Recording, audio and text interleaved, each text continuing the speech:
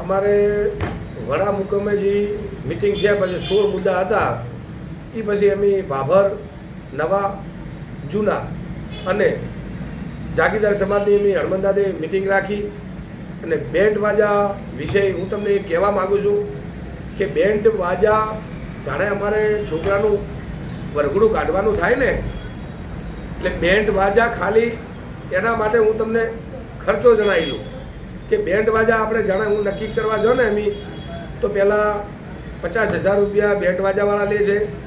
એની પછી અમારે વરઘોડું નીકળે એટલે ઘોળ કરવામાં આવે છે.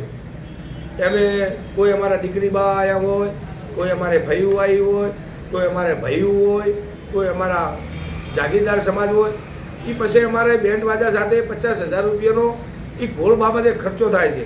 એના પછી કોઈ મહેફિલ હોય વરઘોડા પછી તો 50,000 રૂપિયાનો એ ખર્ચો થાય છે.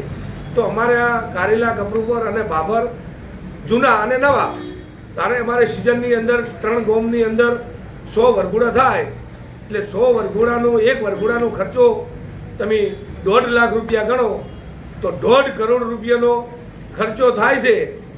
તો અમારે જાગીરદાર સમાજને આટલું એક 12 મહિને આપણો એક વરઘોડા વિશે અમારા બેન્ડ વાજા વિશે અમારો લાભ થશે.